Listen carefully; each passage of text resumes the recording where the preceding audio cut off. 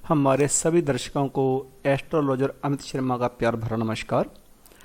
आज हम आपके सामने पेश कर रहे हैं निर्जला एकादशी के बारे में।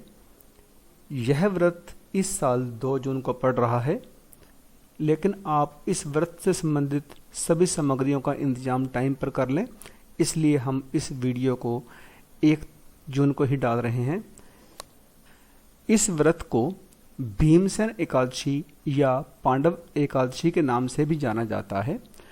पौराणिक मान्यता है कि भोजन संयम न रखने वाले 5 पांडवों में से एक भीमसेन ने इस व्रत का पालन कर सुफल पाए थे, इसलिए इसका नाम भीमसेनी एकादशी भी पड़ा। एकादशी का व्रत भगवान विष्णु को समर्पित होता है। यह व्रत मन को संयम सिखाता है और शरीर को नई ऊर्जा देता है। कुछ व्रती इस दिन एक भुक्त व्रत भी रखते हैं, यानी सायं को दान दर्शन के बाद फलाहार और दूध का सेवन करते हैं। एकादशी तिथि का समय। एकादशी तिथि 1 जून 2020 को दोपहर 2:57 पर शुरू होगी, जो कि 2 जून 2020 को दोपहर के 12:04 तक प्रभावी रहेगी। पूजा विधि।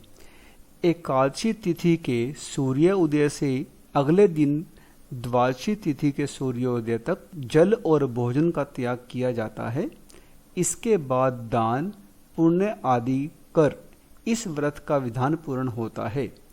इस दिन सर्वप्रथम भगवान विष्णु की विधि पूर्वक पूजा करें। ओम नमो भगवते वासुदेवाय मंत्र का जाप करें।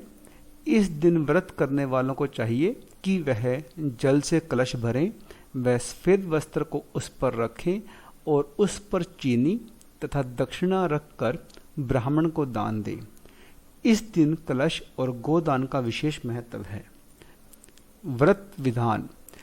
इस दिन पानी नहीं पिया जाता, इसलिए यह व्रत अत्यधिक श्रम साध्य होने के साथ साथ कष्ट एवं संयम साध्य भी है। इस दिन निर्जल व्रत करते हुए शेषशायी रूप में भगवान विष्णु की आराधना का विशेष महत्व है।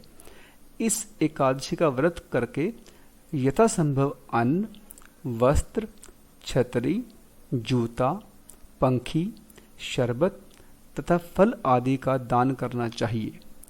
इस दिन जल कलश का दान करने वालों को वर्ष भर की एकादशियों का फल लाभ प्राप्त हो जाता है तथा मन की इच्छा पूरी होने के साथ साथ सभी पापों का नाश भी होता है। व्रत कथा। एक दिन महर्षि व्यास ने पांडवों को एकादशी के व्रत का विधान तथा फल बताया।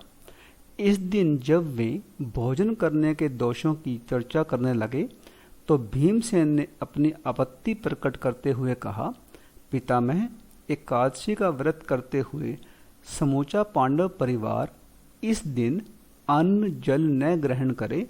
आपके इस आदेश का पालन मुझसे नहीं हो पाएगा। मैं तो बिना खाए रह ही नहीं सकता। अतः 24 एकादशियों पर निराहार रहने की कष्ट साधना से बचने के लिए मुझे कोई ऐसा व्रत बताइए जिसे करने पर मुझे विशेष असुविधा न हो और वह फल भी मिल जाए जो अन्य लोगों को 24 एकादशी व्रत करने पर मिलेगा। महर्षि व्यास जानते थे कि भीमसेन के उदर में वृक नामक अग्नि है, इसलिए अधिक मात्रा में भोजन करने पर भी उनकी भूख शांत नहीं होती। अतः भीमसेन के इस प्रकार के भाव को समझ महर्षि व्यास ने आदेश दिया, प्रिय भीम, तुम ज्येष्ठ शुक्ल एकादशी को ही मात्र एक व्रत किया करो। इस व्रत में स्नान आचमन के समय पानी पीने का दोष नहीं होता। इस दिन अन्न न खाकर जितने पानी में 1 माशा जवन की स्वर्ण मुद्रा डूब जाए ग्रहण करो। इस प्रकार यह व्रत करने से अन्य 23 एकादशियों पर अन्न खाने का दोष छूट जाएगा तथा पूर्ण एकादशियों के पुण्य का लाभ भी मिलेगा। क्योंकि भीम मात्र एक एकादशी का व्रत करने के लिए महर्षि के सामने प्रतिज्ञा कर चुके थे, इसलिए इस व्रत को करने लगे। इसी कारण इसे भीमसेनी एकादशी भी कहा जाता है। निर्जला एकादशी पर ये सावधानियां बरतें। निर्जला एकादशी पर सूर्य उदय से पहले उठें। घर में लहसुन, प्याज और तामसिक भोजन बिल्कुल भी ना बनाएं। एकादशी की पूजा पाठ में साफ सुथरे कपड़ों का ही प्रयोग करें।